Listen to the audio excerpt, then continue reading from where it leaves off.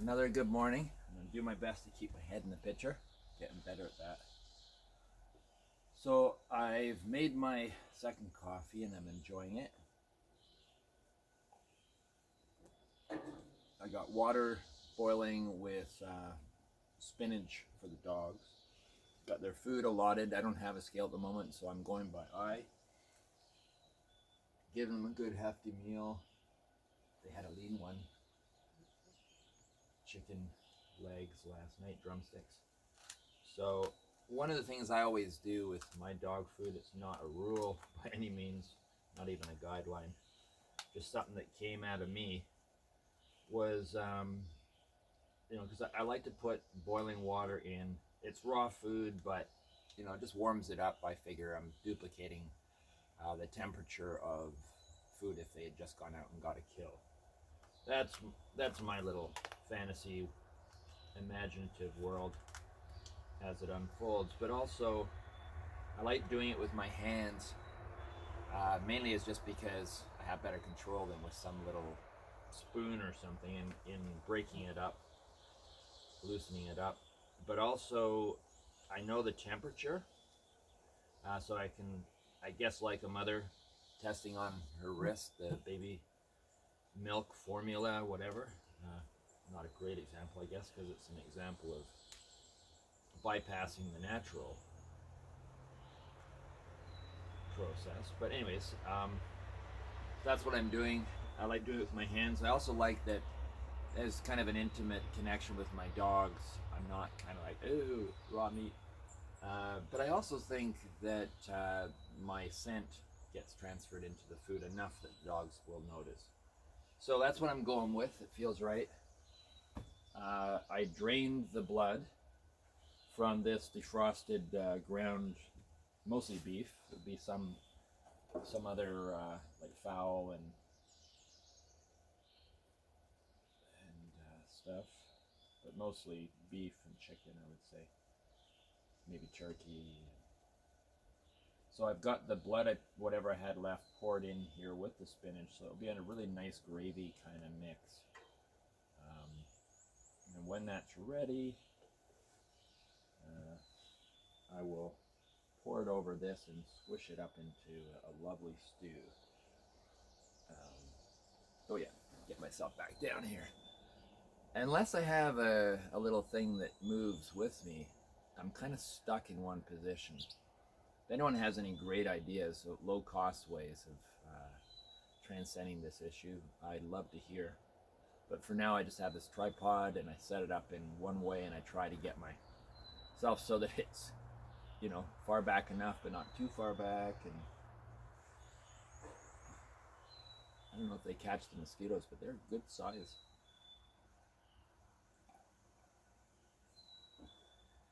And I've always found the most annoying ones are right here and here.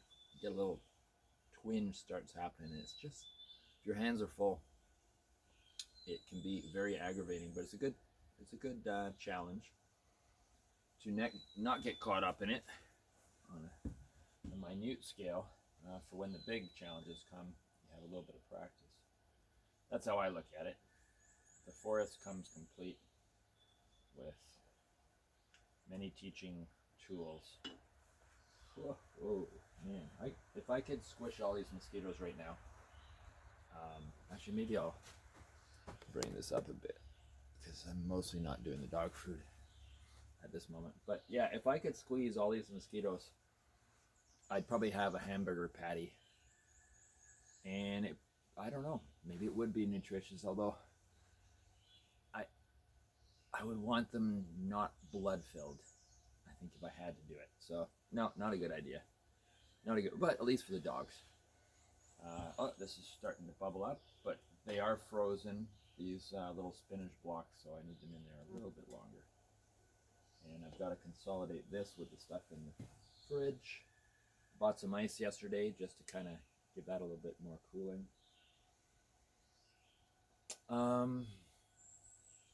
Oh yeah, it made me think that mosquito hamburger patty thing.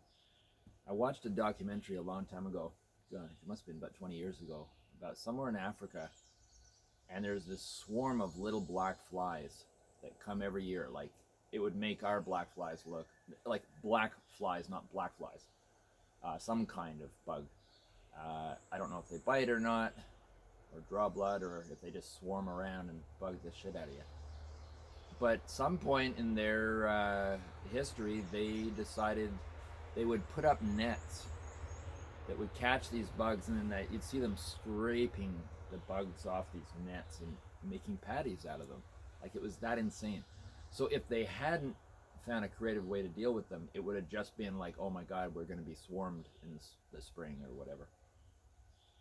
But instead, now they look forward to this time where they can feast. Kind of freaky, I must say. But at the same time, there's the adaptability where you take something that's just like, oh fuck, if only these things would leave, and you turn it into a commodity and a luxury. I'm not suggesting eating bugs, although I have hosted Urban Primitive of the past, the late Urban Primitive, who's now been reborn into Nomad. Hosted a lot of things, but one of the things Urban Primitive hosted 3 times. One time in a restaurant, in a Thai restaurant in Toronto, private event for all Urban Primitive friends, customers, was an insect eating feast. And then we had 2 of them hosted by Jeff the Chef, who's a really cool character in himself. He's done a lot of traveling. I remember the last time I saw his post, he was in not Dubai, but the Emirates, I think, Arab Emirates. But that was kind of interesting, following him doing that. We had great success during this insect eating, all these events. People loved it. It was exciting. It was thrilling. It was a little bit nerve-wracking. All the emotions got engaged, but also all the senses. And it was a family event, and the kids loved it. We had cricket lickets as prizes for any kids who sampled a little bit of everything.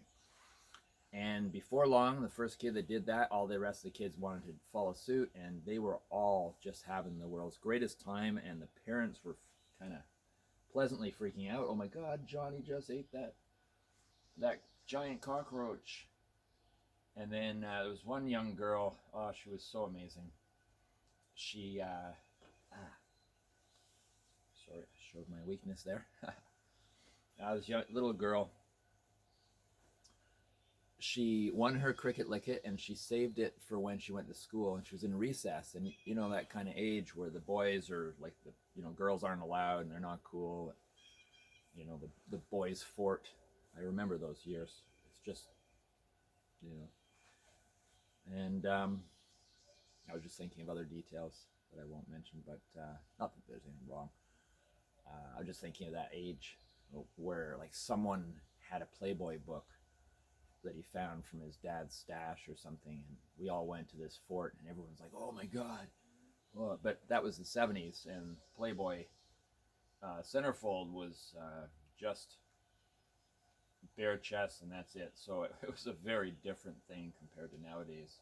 I wouldn't even call it really pornography so much. So we got a little more gently introduced to things, but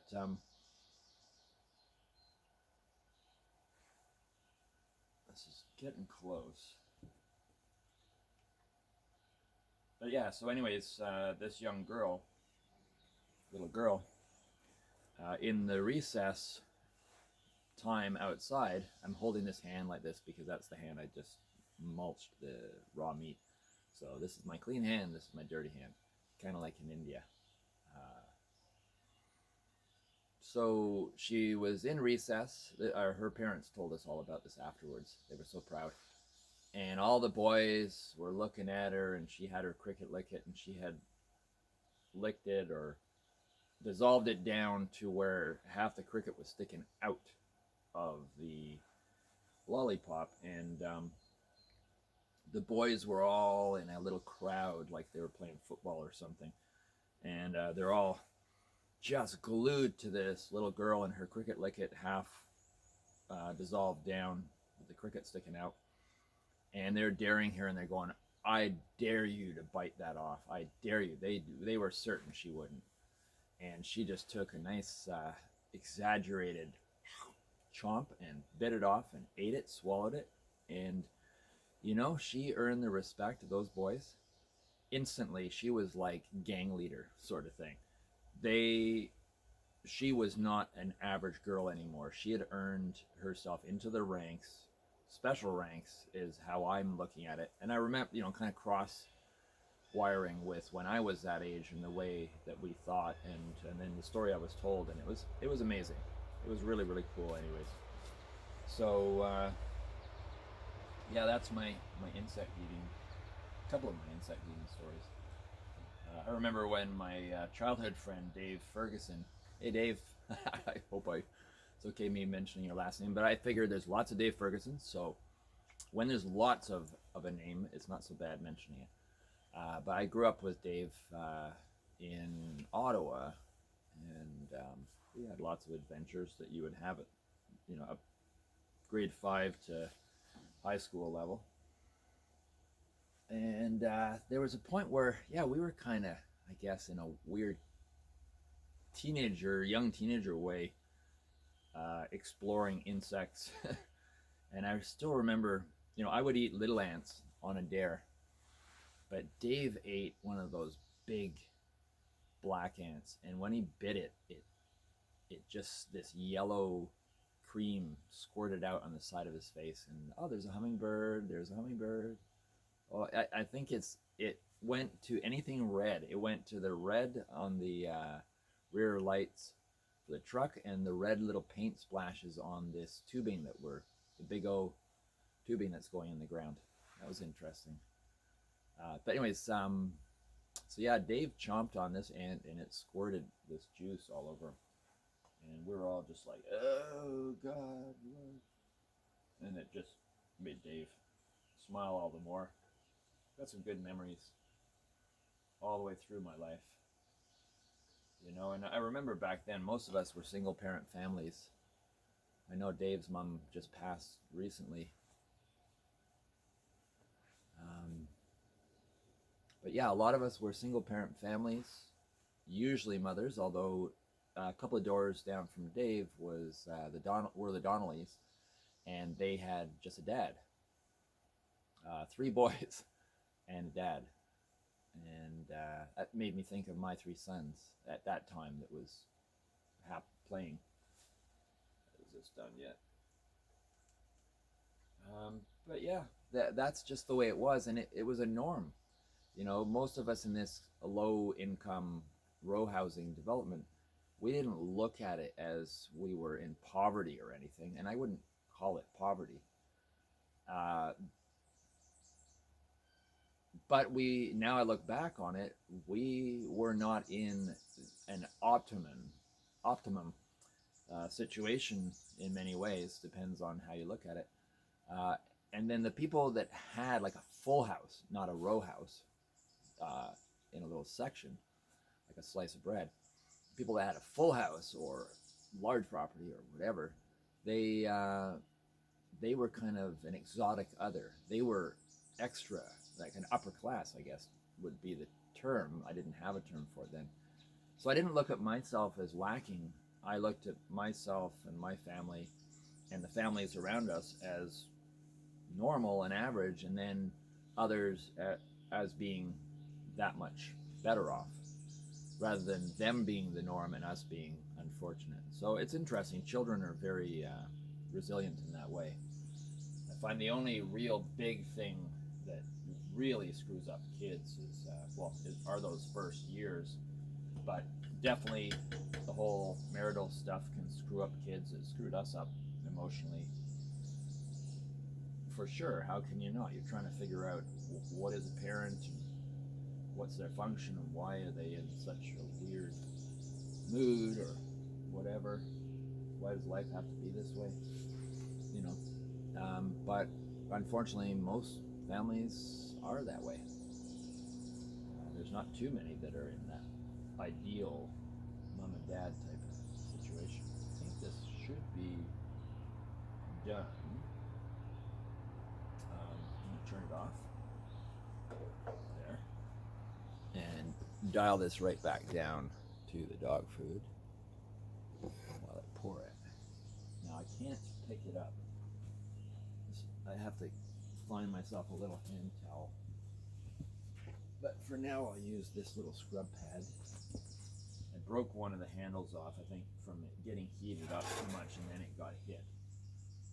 Knocked it on something, it fell off of a tray. Okay, I'm gonna have to do something creative here. Ah, fuck. Sorry, I swore. I lost half the spinach, but no big deal. It was just way too slippery.